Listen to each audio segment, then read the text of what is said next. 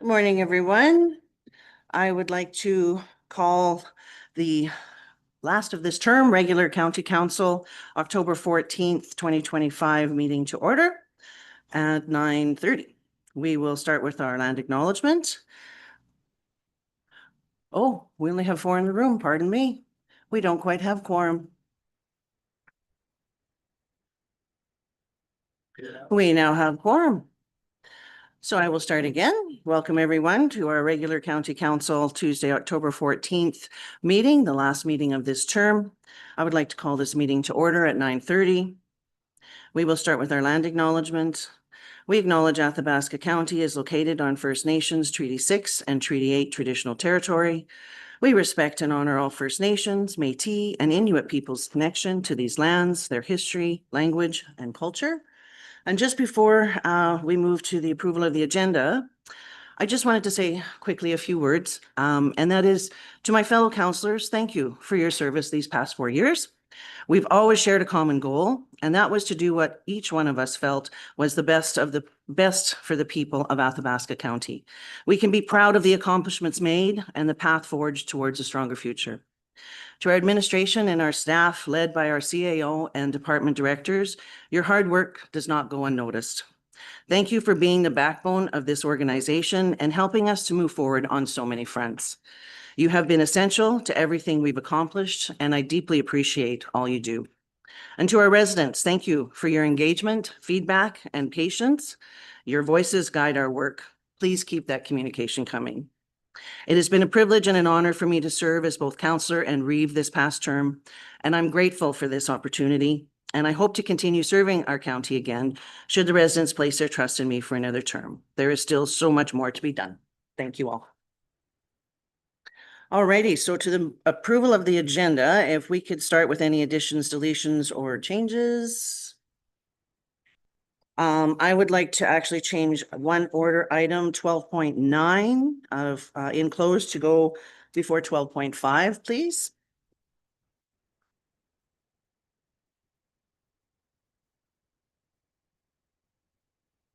So then we'll just change up those items, 12.9 to go for 12.5. Good morning. Are there any other additions, deletions, or changes? If not, we will go around the room for council to decide on the items to discuss. The items that I know of are 2.1, 4.1, 5.1, 5.2, 6.1, 7.2, 7.5, 8.1A, 8.2, 10.1A, 10.1I, 10.1P as in Paul, and all closed session items 12.1 through 12.9. Are there any others?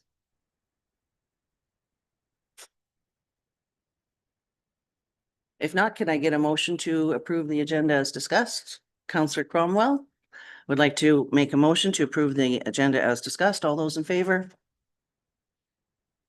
And I see no opposed. So that would be 8-0. And we have a delegation at 10 a.m., which of course is not here at this time. So we will move to 5.1 of our agenda, which is on page 41 of your package. The motion on the floor to put forward for this one is to donate $1,000 from the grants to organizations budget to the Athabasca RCMP detachment for the Protect DNA Marketing Initiative. And I would like to go ahead and move that motion.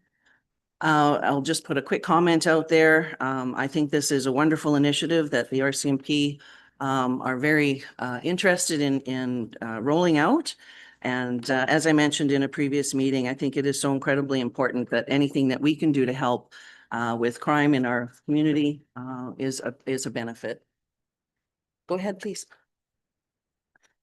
I'd like to just add to that I've had residents point out how much the province is downloading RCMP costs onto our overburdened taxpayers it is, and I have not had any positive response to that idea. Okay, thank you. As a matter of fact, I'll just also mention, I've had several residents extremely excited about this particular initiative and are really looking forward to getting it off the floor. So I guess we have some competing opinions for sure. Anybody else? Counselor Anderson? Just noted it, it's actually Protech, like TECH DNA. Yes. If anybody's trying to look it up online. Yeah, Protech is in, yeah, a spelling error there, typo. Thank you. Anyone else? Go ahead, please, Deputy Reedmans. I think it's a great initiative, talking with the RCMP, especially, the sergeant there. It's looked upon as being a positive, project to take on. And, honestly, for $1,000, I think, it's a huge bang for everybody's buck there. So yeah, I'm, looking forward to voting and positive on this. Thank you. Thank you. Anybody else? All right, then if we're, oh, please go ahead, Councilor Waller. I guess just I missed the meeting. So what is the $1,000 for? It would be for them to be able, the Athabasca RCMP detachment to begin the marketing initiative for the kits that are required to give out to the residents to start the initiative. Okay, and there was a request from the RCMP for this? The RCMP have been discussing it through their meetings that we've had here as well with regards to requiring those funds. Can you clarify, was there a written request? As far as I know, no, not that I know of. It's just been discussed in our meetings of their needs. Please go ahead, Councillor. As I recall, when the RCMP were here making their presentation to council, they discussed this item as being something they thought had great potential. And they were intending to put it in their budget, but they did not. They did not get that approved. It is such a small amount of money, like that provides 50 kits. Like I don't know why we're even sweating over it. It couldn't be money better spent. Thank you, Councillor Gerlach. Councillor Chamzik. I also agree, we still have a large amount of money in our grants to organization fund that this would really be a benefit for our residents. Thank you. Councillor Cromwell. Thank you. In this room, we have talked about crime prevention, crime reduction, community crime, property crime at length over 4 years. We give money to a variety of different organizations, a variety of different initiatives. And here's one where we can actually give money that can help Joe Farmer, Joe landowner in our county, and have a little bit of protection or the ability to get back bits of property crime. I think it would be ludicrous not to move forward and actually go out and support our community with an initiative that will actually better our community. Thank you very much. I think that everyone has had a chance to speak. All right, so the motion is Reeve Holland would like to donate $1,000 from the Grants of Organizations budget to the Athabasca RCMP detachment for the Protech DNA marketing initiative. We're ready for the vote. All those in favor?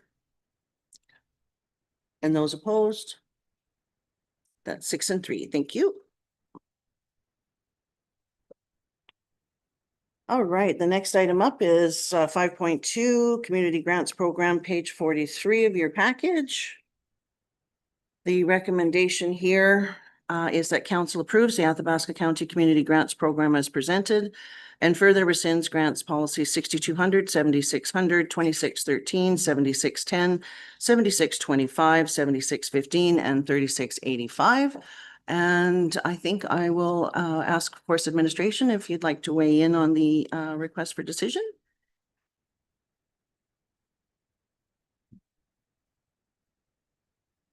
Good morning, honorable members of council. As you'll see, we're seeking approval of the Athabasca County Community Grants Program as presented, and that the old grant policies be rescinded. Okay, thank you very much. Is there discussion?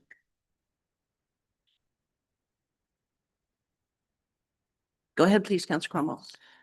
Thank you. Just as we have many policies that have been in place for quite a while, I would just like to hope, before making an amendment, hope that there will be a good bit of social media blast and that all these halls will receive, halls, groups, organizations, etc., will receive notice of any change in deadline or process that has been the norm for many years, so that we are not getting a few people missed by a change in our plan. You can tell me that's gonna happen, I'll be happy. Through the chair to Councillor Cromwell, we will, of course, we can reach out to the community groups and also advertise on our social media. And if there's any assistance that they need while preparing their applications, we're more than ready to help. Thank you. Thank you. Go ahead, please, Deputy Reid Mins. Just wondering on page 53, under local cemetery improvement program, 4.7.3. Provide a grant for 3,500 over a 2-year period. I know it's at 3,000 and it's at 30, we're just gonna advance at 500. Did we?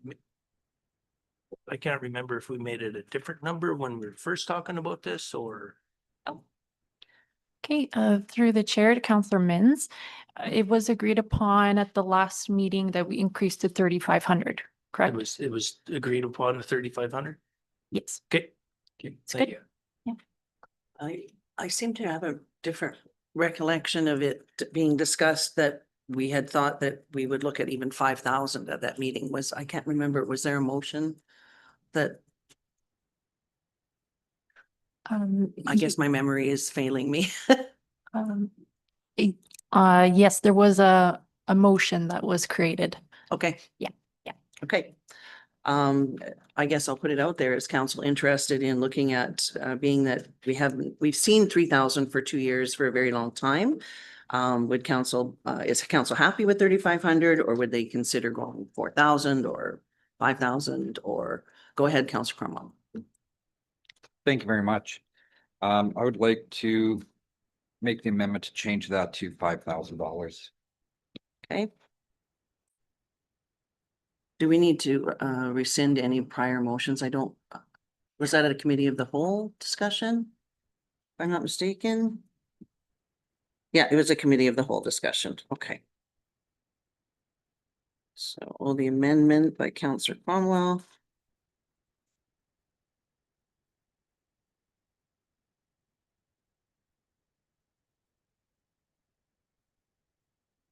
To increase the local cemetery improvement.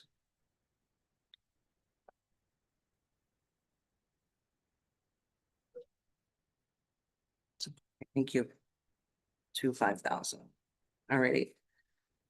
Before we go to the amendment, is there any further discussion with regards to the policy? Go ahead, please, Councillor Giroux. I'd like to speak against the increase in this. I think the county should be there to help communities with things that they can't do for themselves. And helping them with some seed money, I think has been doing a good job. It's been adequate to this point. And I think it just kills initiative in the communities when we're basically throwing money around. It just, you know, I think they're doing just fine the way it is, and I think that when you start spending money in that way, people back away from it, and you kind of kill community spirit and the encouragement of things that people can do for themselves. And this is something they can do for themselves with a little seed money. I think it's advantageous. Excuse me. Thank you. Just as a comment, and I appreciate what you're saying for sure. But in learning about some of the things that need to happen in some of the cemeteries that are really increasing costs for groups such as ground sonar for unmarked graves, lifting old graves, you know, to restore them, that kind of thing has become extremely expensive for many cemeteries to be able to try and function and try and raise that money. So I think it's important to give that hand. Go ahead, please, Councillor Hall. I wonder a little bit about the language, just making sure we're clear that what the expectation is. I think, you know, the intent is in every 2-year cycle or in every 2-year window, there's a maximum funding. But if that, does that mean, I think we need to be more specific in our language. So if in 2024 there was no request and in 2025 there's a request, does that mean they're not eligible in 26 or that they are eligible in 26 but not 27? So I think we could clarify that language to say that is it like there's a 2-year block and inside of that you're only eligible. And I think it's important that we consider, you know, escalating costs over time, but you know, council agreed on a modest increase at the last time we discussed this policy. And I feel like we're getting a little bit too ahead of ourselves on the amendment for 2 reasons. One is we were at $3,000 every 2 years, and now we're moving to $2,500 per year. And we haven't had a request from any organization to do this. And so I worry that, you know, none of the cemetery groups have asked for this. And we're again getting ahead and making decisions without information, whether it's even needed. So I think the policy is fine to move forward, but I feel like the amendment is too generous at this point. Go ahead, please, Councillor Chamsick. I know some of the residents and groups that belong within my area and beyond that raising funds for the local improvement grant has been very interesting. The cost of fencing, whether it be fencing replacement and whatnot. Prices have gone up, and then 4.711 is a great opportunity to have some of those issues come back to council.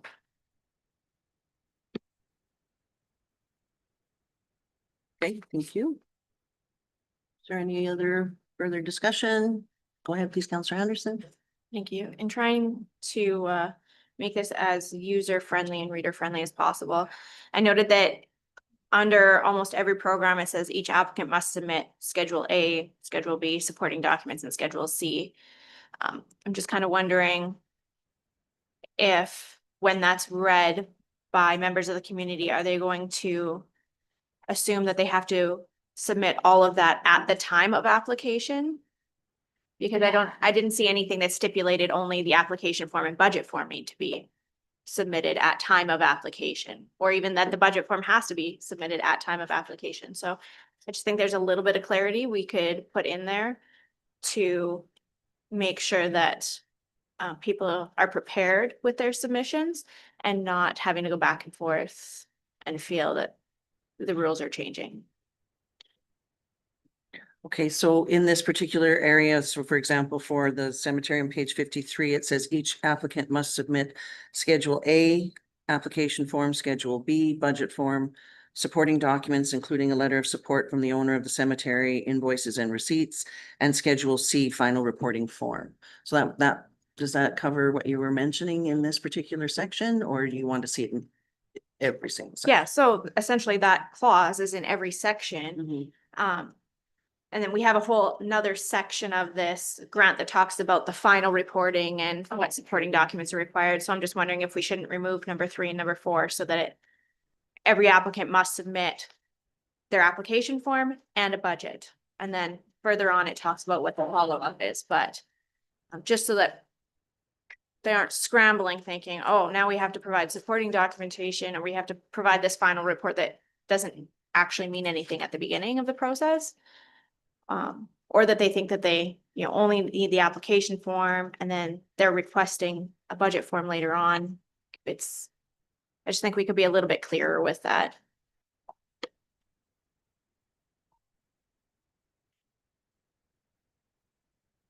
So I'm just going through each one. Do you have a recommendation where you would like to see the clarity in the policy? As I'm seeing each applicant must submit all of those items. Ready to submit. I just think that we could provide clarity on what's required to be submitted upfront versus what's required to be submitted as follow-up after the project or after the event. Does administration have a suggestion on where clarity would be appropriate in the policy? On application, on completion. It's a good idea. Madam Chair, we can change that to upon application and then upon completion and just break them out so they're clarified as to what's needed for each sequence. Okay, fantastic. Thank you. Is that satisfactory? So we don't need an amendment. It would be just as discussed with regards to our motion. Okay, fantastic. Councillor Hall. In that section, I guess I do wonder if that's actually two separate ideas. Some of the supporting documents clearly should come first, like, a letter of support with the application. But invoices and receipts, to me, it seems like those can only come after you've spent the money. And you may not spend the money until you know whether or not you've received the grant. So part 3, unless I'm, interpreting the reading wrong, but I wonder if some of that isn't putting the cart ahead of the horse as well. Like maybe that's actually two separate ideas. Invoices and receipts are, with your final reporting, obviously, but supporting documents like the letter of support should come first, because if that may impact the decision on whether the grant is approved if there's no support from the owner of the cemetery, whoever that might be. And what if they don't have that? Is that a critical failure in the case of the cemeteries? Because I think I suspect that some of the organizations that own the cemeteries may be difficult to locate or round up with some of the small faith groups that we don't really see active in the region anymore. Is there something you want administration to add to the policy? I just identified it. Yeah, in what section, like whereabouts? I'm hearing local improvement program, local cemetery improvement program, but where would you like that to be inserted? I think I've just said that part 3, in my view, might need to be split into 2 separate line items, because some of that has to come in advance and some of that to me seems more reasonable to come after the fact. So the section number that you're referring to, I'm sorry, I can barely hear you. Yeah, the fans are causing issues. So at least as it relates to 4.7.6. Okay. 3, Okay. and in any place that same language is repeated throughout the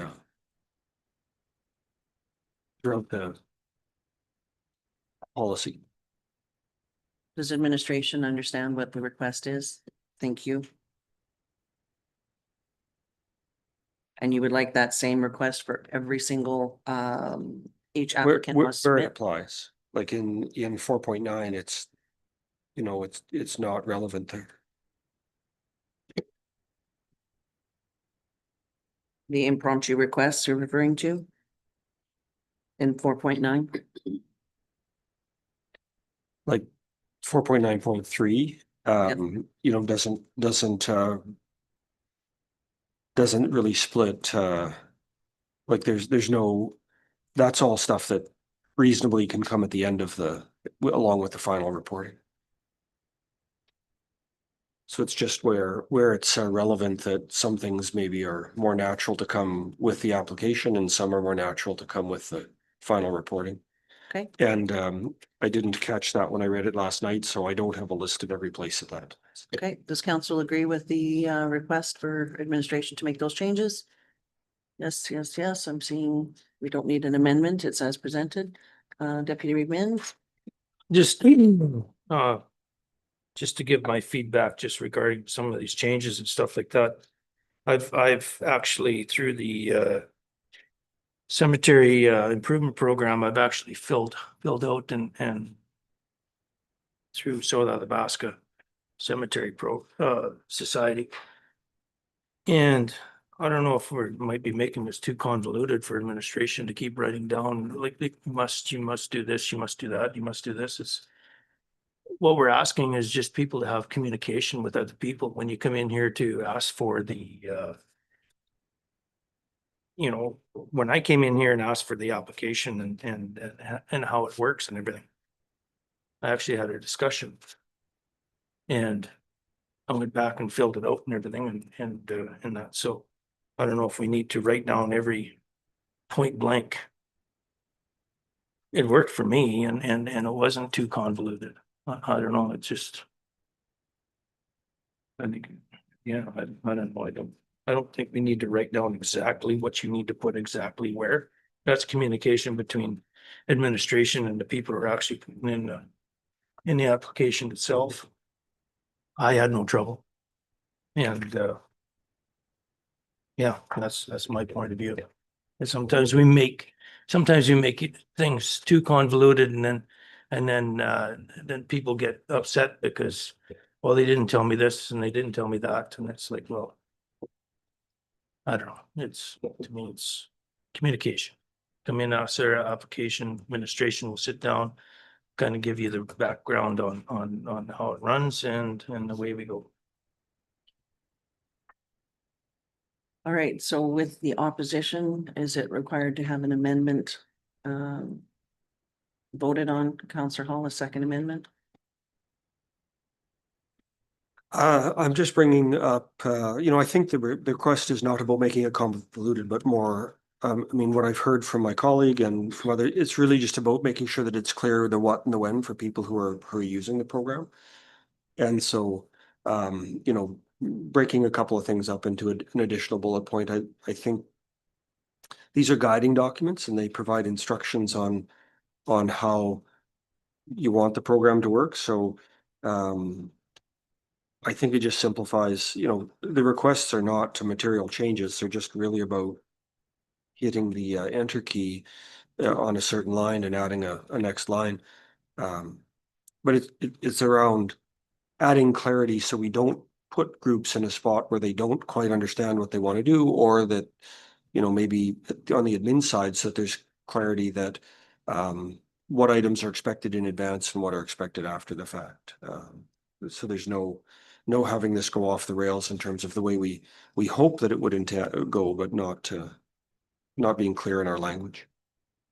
So I have no comment on whether we need to vote on that or not.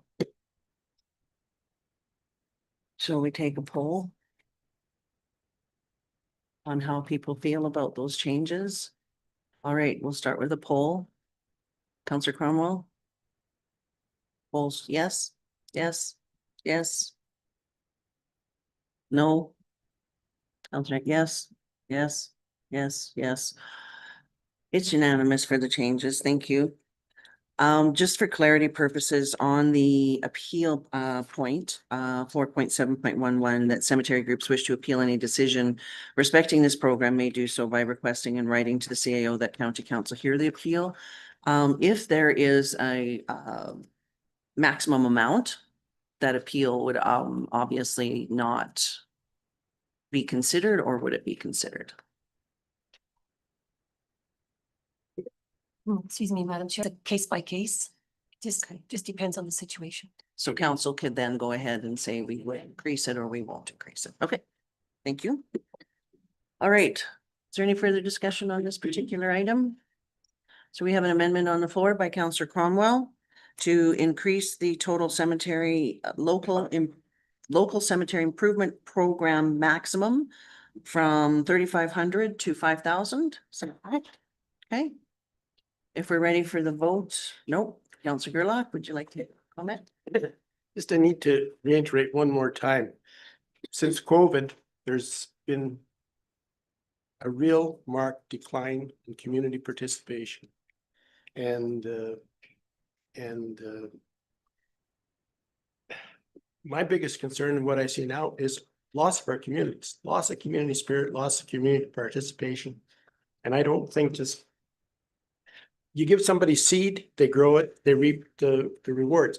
And when you start giving them the rewards without the whole process going into it, it's not good for community involvement. It's not good for community development. Okay, thank you, Councillor Cromwell. and then Councillor Kapitani. Thank you. I look at it a little bit differently. You're right. Volunteerism is down. Community engagement is down. We have cemeteries and organizations run by, well, let's be honest, more of the more mature residents of these communities, not the young people. It would be very nice to not always make people come to us with their hand out like a little beggar boy going, "Daddy, please, I want you to help me." We have a chance to honor our elders, our families, with nicely maintained grounds, etc.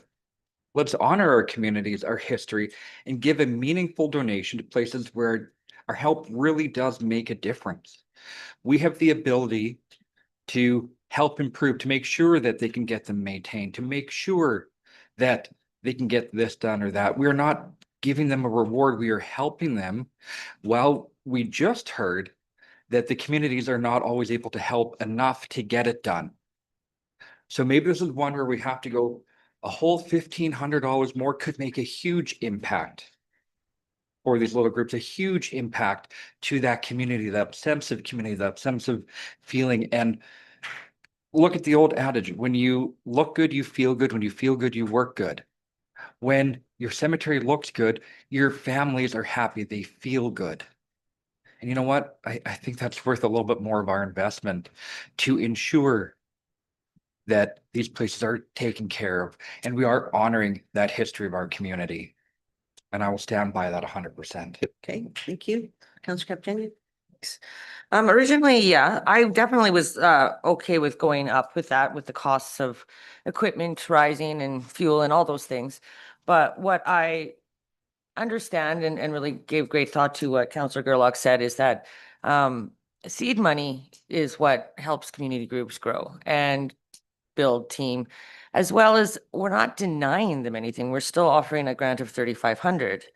And I'd like to also point out the council at any time has the right to change that or give a one-off, I want to say donation or handout of help when perhaps a greater need arises. And we'll point out to the Rochester Peaceful Pines when their shed was broken into and all their equipment stolen. Council was able to make the decision to help them outside of that policy. So I don't think we're denying anyone by keeping it at 3,500 and allowing council to make, discretionary changes if needed, but I still think it's a generous amount. And as Councillor Hall pointed out, no one's asked for more. So I kind of think we're beating a horse here. Okay, thank you. I think go ahead, Councillor Hall. Just following up and thinking on an expansion of some of the comments we've heard, I think we want to remember this adds $42,000 to our budget. And for me, the question then comes, what are we going to stop doing to fund this?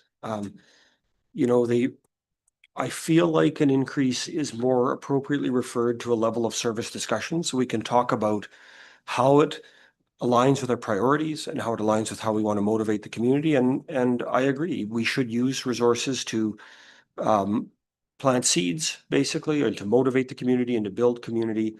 But I think it has to occur in that greater context of how of a bigger plan.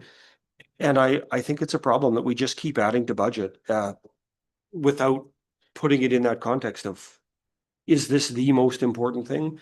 And we think it's only $40,000. $40,000 is a lot of money. And without seeing it in that broader perspective, I don't know where that money's coming from, but I can tell you I'm not willing to vote for a tax increase to fund this.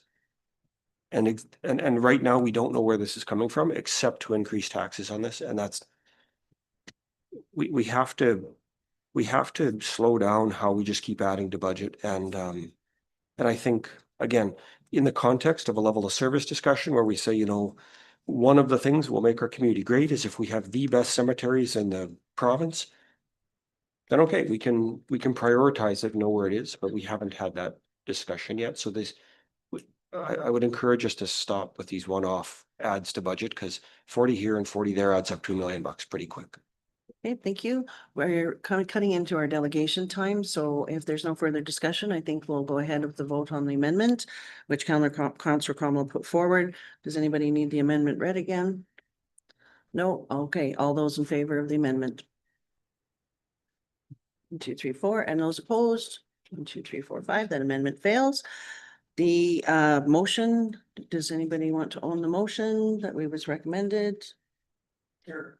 Counselor Deputy Reed Mins, we'll just keep adding that going, that approves the Athabasca County Community Grants Program as discussed and further rescinds grant policies 6,200, 7,600, 2,613, 7,610, 7,625, 7,615, and 3,685.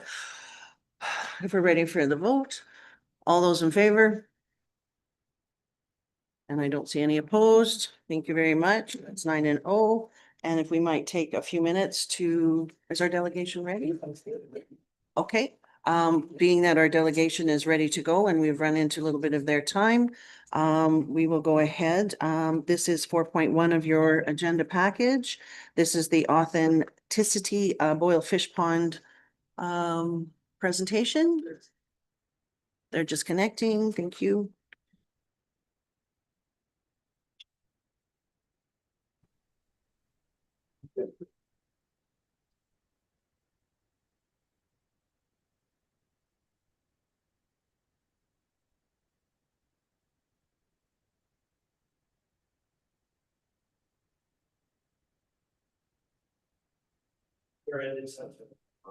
Okay, so he can hear. John, can you hear us? You bet I can. Okay, thank you so very much. I believe everybody has gone through introductions the last time we spoke, if I'm not mistaken, or do you require introductions, John? All good. We can proceed. I'm sorry, I can barely hear him. Oh, sorry. We can proceed. We can proceed. That's fantastic. Apologize for running a little bit late into your time, but please go ahead. Well, thanks, your worship, members of council. The last time we spoke, I introduced the feasibility study that we were conducting on behalf of Authenticity for the county. The Boyle Fish Pond feasibility study basically is to determine the fate of the fish pond and whether the county is going to pursue renewal of its lease when it expires in the next couple of years. Since we last met, we entered into our stakeholder engagement program. That included outreach to some stakeholders. 3 of the highlights would include Alberta Transportation, one that we feel may be a great partner for maybe designating this as an arrest stop to take some of the pressure from maintenance off of the county and divert that to the province.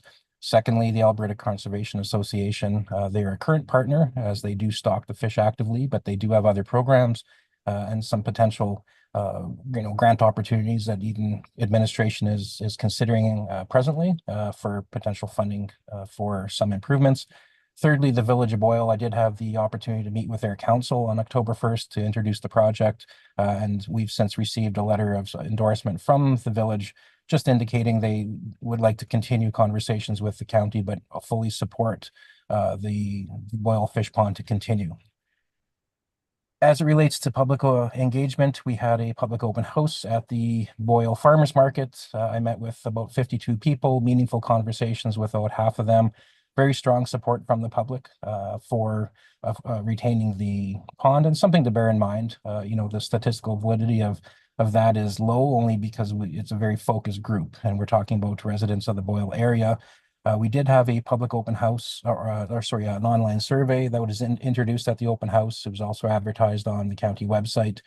Of the 40 responses, it was half of the respondents were actually outside of 15 kilometers of Boyle. So better representation on the written survey, but again, a very consistent pattern of people who approve or are highly in support of the pond to continue on. The report includes some recommendations. The recommendation is that the county in some means does pursue renewal of this lease, but does further conversations with stakeholders to see what partnerships may lie. We do have a couple of years to do that, but time is of the essence. There are some things you'd like to do upfront before things are officially signed, because the commitment actually has to be committed to in 2026, even though it expires in 2027. For the most part, I believe the report's fairly self-explanatory with the recommendations. Something that we are also recommending is that the administration consider some minor improvements. I will say the public sentiment, they're not looking for anything substantive. We want to retain the natural passive character of the fish pond. And that came through discussions with residents, with stakeholders, and we really feel that some of the recommendations are, they're very subtle, and some of the improvements may be things like improved access to the water's edge, maybe some small docks that people could use for fishing, and potentially some upgrades to the day use areas. There were some discussions outside of the scope of this. A walking trail that linked Boyle Fish Pond to the village of Boyle is something that came up, but again, outside of the scope and the confines of our study, but that was identified through the engagement process. I'd be happy to take any questions. Thank you very much. Council, any questions for John today? It sounds like, oh, go ahead, please, Councillor Anderson. Thank you. Through the chair to the presenter, this has been identified as a feasibility study. Was there any analysis done on the feasibility of maintaining the fish pond? Or what partnerships may be the best to look at from that standpoint? Yeah, through the chair to you, Councillor Anderson, the recommendation was to pursue partnerships with specifically two entities, one Alberta Transportation. The scope was outside of, the negotiating was outside of our scope, and it would be for administration to move forward with the next steps. But the first would be to outreach to Alberta Transportation, again, to identify this potentially as a vehicle, as pull-off, similar to others that you see on highways that have typically a washroom and some waste receptacles and whatnot. That seems to be the sticking point, and one of the more challenging things for county administration to oversee is the cleaning of the garbage and keeping up with the washroom. So to take that pressure off the county would be a positive. The other thing to mention on that front, if you recall, we discussed the lease area not covering the entire parcel that's actively being used. If we were to leave the lease area the same and negotiate with Alberta Transportation, that portion of it could stay within provincial hands, because that is the parking lot, the washrooms, the waste receptacles are outside of the current lease boundaries. And then the county could just stick with the recreation lease, providing that as a service. Secondly, the other identified group was the Alberta Conservation Association. They work with dozens of municipalities across the province on ponds very similar to this. They do provide things outside of just stocking fish, like funding, like aeration, providing technical knowledge. So there are some opportunities to reach out to them as well. Thank you very much. Does that answer all your question? Yeah, you good? Does anybody else have anything? Go ahead, Councillor Hall. Thank you for this. Would your recommendation change if Alberta Transportation is unwilling to partner? Through the chair, no, not necessarily. I would just say that when it came to the daily maintenance, there might be another avenue taken. For example, a partnership with the Village of Boyle that could be pursued. And this is nothing that we've committed to or that the village is committed to, but potentially because they have staff much closer, maybe they deal with day-to-day operations of waste removal and cleaning the washroom, and maybe there's a financial contribution from the county. That's just an example. Again, this is nothing that's been discussed. But if AT is unwilling, I would say, no, I would continue on with the current recommendations. Okay, thank you. Is that satisfactory for you? That's what you needed to know. Okay. Is there any further discussion?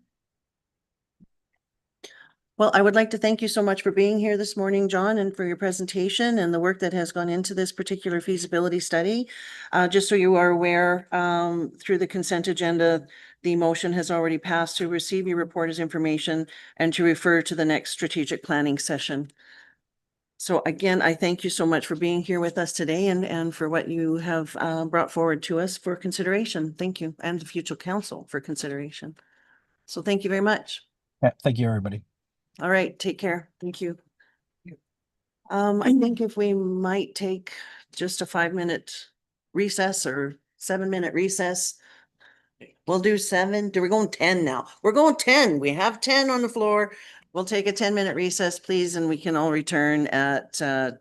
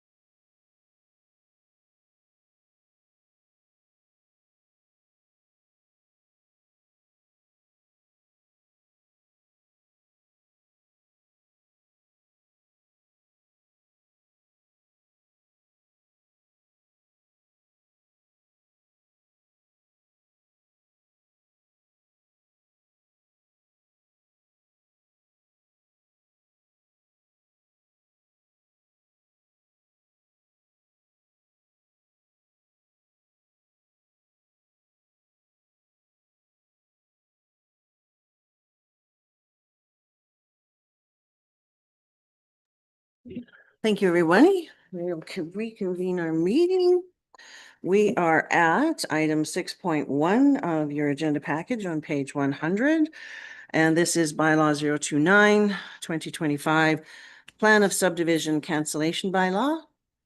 I see that there is first, second, and third reading requests, but I'll turn this over to administration for any conversation explanation you'd like to tell us. Thank you, Madam Chair, members of council. The request before you is sort of following up with a development application that administration has. It's a condition of subdivision that the two lots be consolidated. Administration supports the request, and since no public hearing is required, we are asking that council consider giving all three readings today so we can forward the information on to the land titles office to process. Thank you very much. Go ahead. Go ahead, please. As recommended from Councillor Chamzik, would like to go forward with the recommendations of the first, second, third reading. Oh, that was it. All right. Is there any further discussion on this item? All right, we will go to Councillor Chamzik, would like to give first reading of bylaw 029, 2025. All those in favor? And I see no opposed. We'll move to Councillor Chamzik, would like to give second reading of bylaw 029, 2025. If there's no discussion, all those in favor? And I see no opposed. Councillor Chamzik would like to give bylaw 029, 2025 for third and final reading with the unanimous consent of all those present. We're ready for that. All those in favor? I see no opposed. That's unanimous.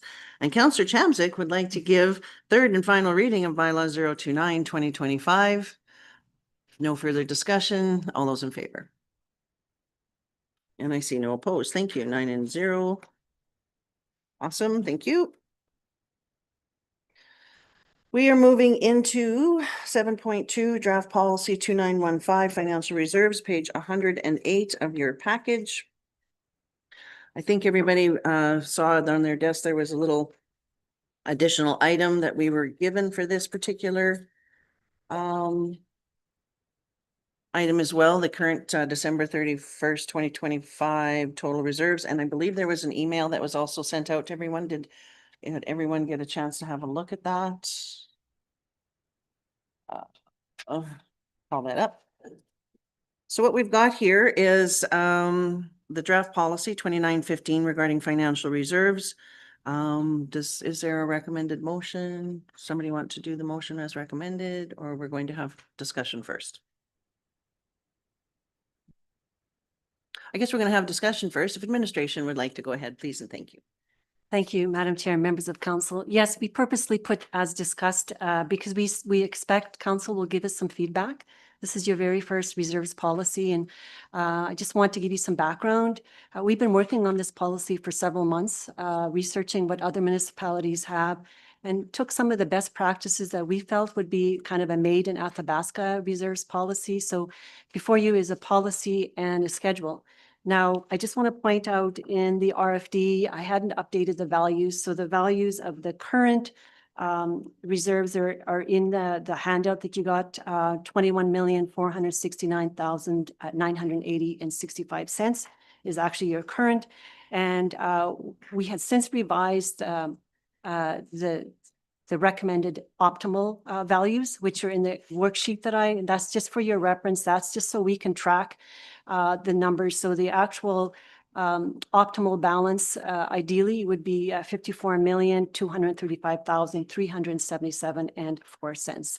So those are those new values. So before you is the schedule. We kind of took the values that are in the current reserves and we kind of divvied them up where we felt would make more sense. Of course, that's the discretion of council. And we also estimated what we felt would be the optimal level. And again, that's up to the discretion of council. Okay, I appreciate that. Thank you very much. Just before we turn it over to council, just a quick note on page 111 of the policy. We have 2 4.6s, just as probably a typo there, just so you're aware of it. Thank you. All right, Who would like to begin on the conversation here for our brand new reserve policy on the floor?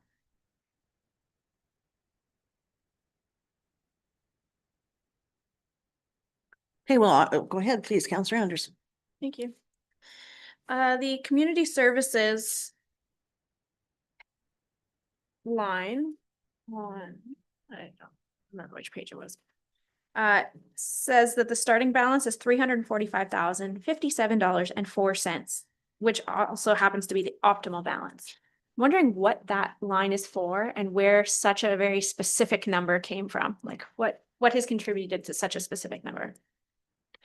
Madam Chair, members of council, if you take a look at the current reserves, the printout with the blue heading, under FCSS operating, that value is there. So that was money that was through the years through surplus was placed into FCSS operating. So we felt that this would be the best fit for it. So we just left the value as is. Go ahead. Thank you. Under administrative equipment, which I believe is mainly for IT, computers, furniture, that kind of stuff. Says that our optimal is $3 million and we already have 404,000 in there. I'm just wondering how administration came to the $3 million. Being that fleet and equipment has its own line and facilities and buildings has its own line, kind of what do we have that would be so expensive to replace under that line item? Madam Chair, members of council, we're just putting some money aside in case there are any server upgrades or replacements. Just being careful, also taking a look what other municipalities are doing and the values that they're placing in there. Just want to be consistent. So a server upgrade would cost us that many millions? That's alarming, very alarming. Thank you. Facilities and buildings, we have a $5 million target, but I believe our draft budget said that our shop would be 15 million. So I'm kind of wondering why that's not the $15 million target.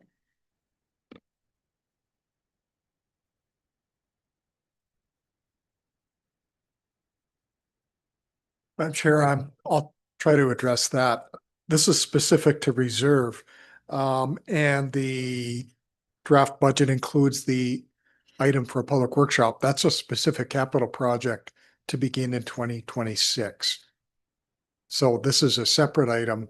What do we need to keep in reserve for all the other facilities that we have, including this building and all the buildings that we own? Thank you.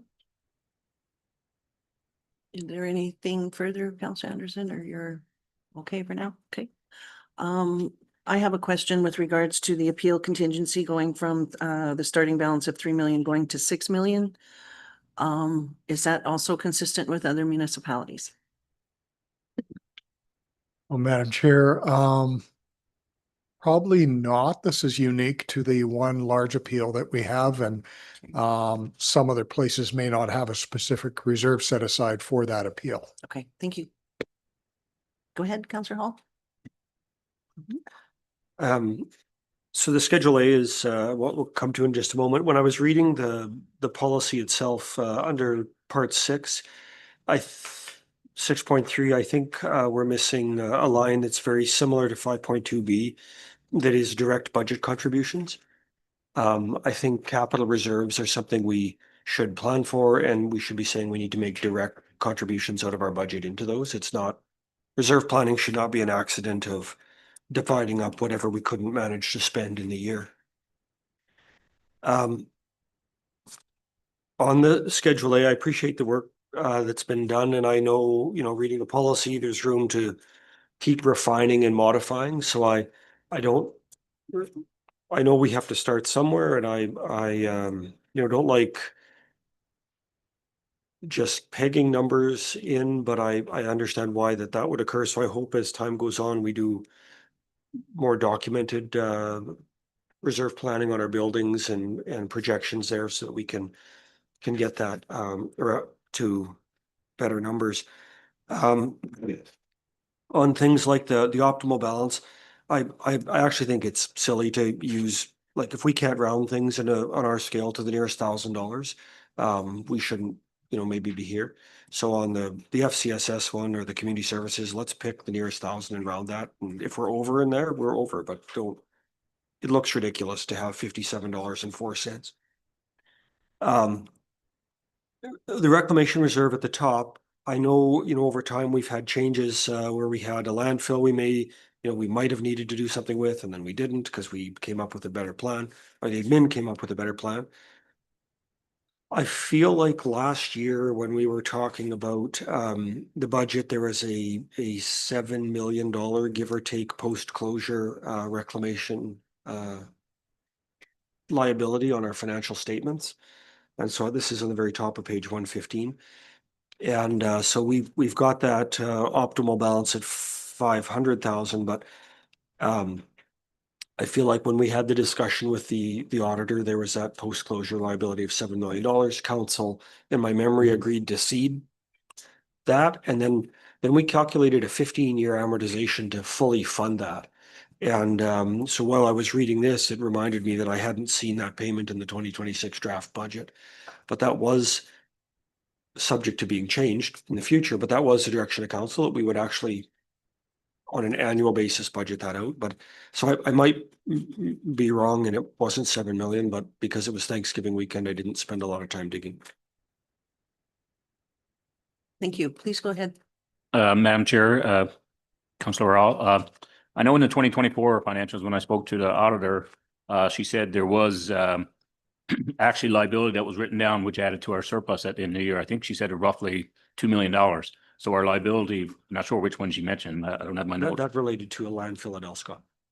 Yeah. So there was a written down. Now we do have 3 more that we're going to be working on, 3 more separate areas that she said we need to work on and look at the liabilities. But I know last year there was a $2 million that got written down, so it added to our surplus. I think the gravel one was still in the 7 range, but I don't. So I just think that needs maybe a bit more digging. That's the extent of my notes. Thank you. Is there anyone further anyone else?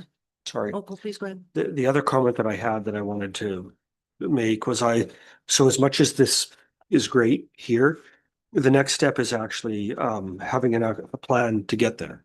So in each one of these categories, we should be at some point engaging in discussion on how quickly do we want to fill each of these buckets up.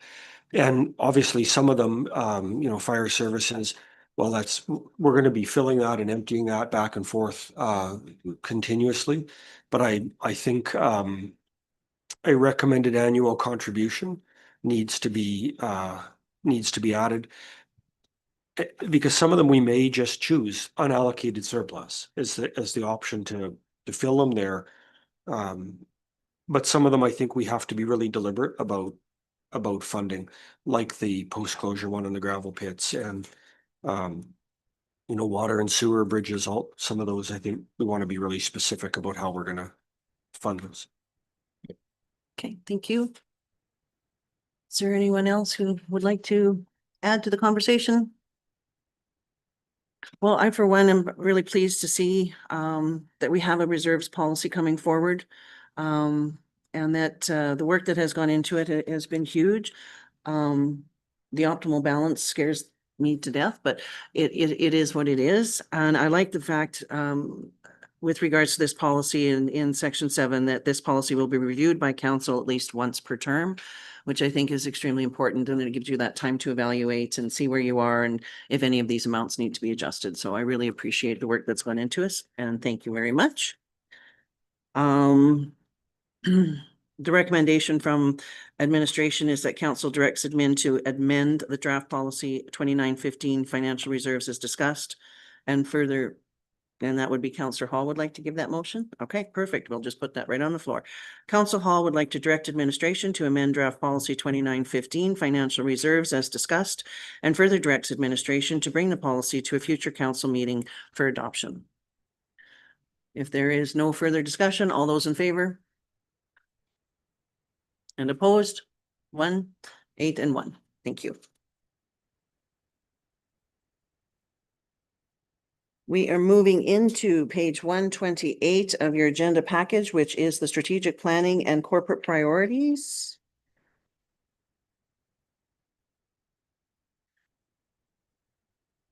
Again, this is a recommendation from admin to receive the presentation for information and provide feedback. So I will turn this over to administration for the presentation, please. Thank you, Madam Chair. The purpose is just to highlight to council and the next council some of all the initiatives that the departments are working on, each business unit is working on, and some of the things that administration, those business units would say are needed in the next 4-year term for the next council to consider. And so after Christmas in January, February, we hope there's a really good strategic planning session with council, and some of these corporate planning initiatives should be discussed by council. This does not include anything suggested by council at this time. This is only administration snapshot of things that we've noticed we really need to take to the next level, and council absolutely has to weigh in and add their thoughts too.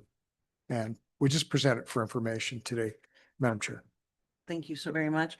Appreciate the work that's gone into this. This is really good information for us to have and to see what's going on with the administration. And if I'm not mistaken, the strategic plan would be the area for council to bring forward what they hope to see, or would you like to have some of that information now? Today, not really. I think that'd be an initiative of the next council to review the strat plan. Does it need to be updated? And then the corporate initiatives are really what feeds into the strat plan to move the initiatives forward that you see. They're the to-do list.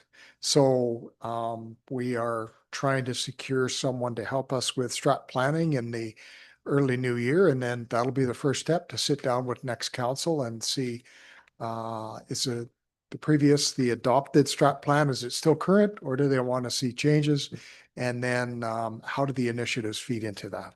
Fantastic. And help you achieve what you want to achieve over a 4-year period. That's awesome. Thank you very much. So would council like to weigh in on the presentation, on the items that they see? Well, I'll just, go ahead, Deputy Reedmans. Just to bring it up, if no one's noticed, under road construction, there's nothing. Absolutely nothing. And that is one thing that we really need to look at. I know it's great to pave roads and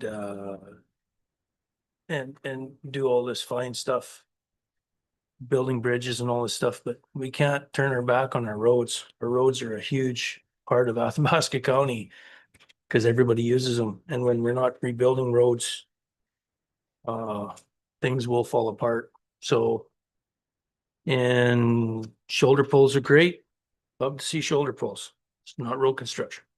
It's road maintenance as far as I care. That's my point of view. So that's where my initial push is going to be in January, February, is road construction. Thank you for reminding us. You have been acclaimed. Thank you. Councillor Wallach. I'd like to make the recommended motion, please. Recommended motion for sure. And again, thank you so very much for bringing this forward. It is a great start and really sets up the new council well to have their strategic planning discussion. So I appreciate looking forward to that success coming. Councillor Wallach would like to receive the presentation for information as discussed. Yes? Okay. If there's no further discussion, all those in favor? Okay, and I see no opposed. Thank you. Alrighty, we are moving to 8.1A, which is our community event calendars on page 146 of your package. I'll start. I had one item to add on the 25th of October, along with the harvest dinner and fundraiser for the Athabasca Agriplex and the recreation of the Johnny Cash TV show. Their Amber Valley is hosting their chicken supper at between 5 and 7. there is also takeout available if you'd like to eat twice. Go ahead, please, Councillor Thames. The Soup for Seniors lunch will be on October 24th and November 28th at the Grassland Hall for Grassland community members. And that was November 24th as well? I know. 28th, thank you. Fridays. All right. Is there anyone else who would like to make any additions to the event calendar? All right, I guess would you like to receive these as discussed to my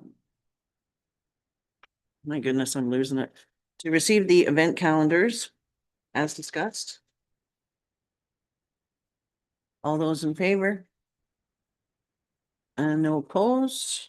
Righty, it's 8-0. Thank you. We are moving to the meeting calendars, page 176. Of your package, get there, there we go. Is there any discussion on the meeting calendars?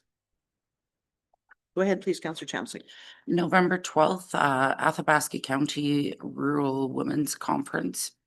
And then November 28th is an online Northern Lights meeting.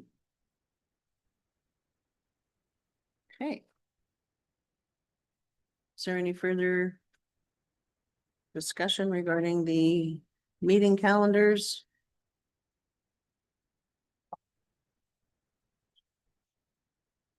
Okay, Councillor Chamsey, would you like to receive the meeting calendars as presented? All those in favor? And I see no opposed. It's 9-0. Thank you. And if we can move now to our reports. I believe Councillor Chamsey, you would like to discuss 10.1A Agriculture Service Board? Yes, please. We've had 5 applicants for the agricultural bursary, and we will be adding a second at next cycle. Congratulations to Leah Kufa for leading her into the large animal veterinary.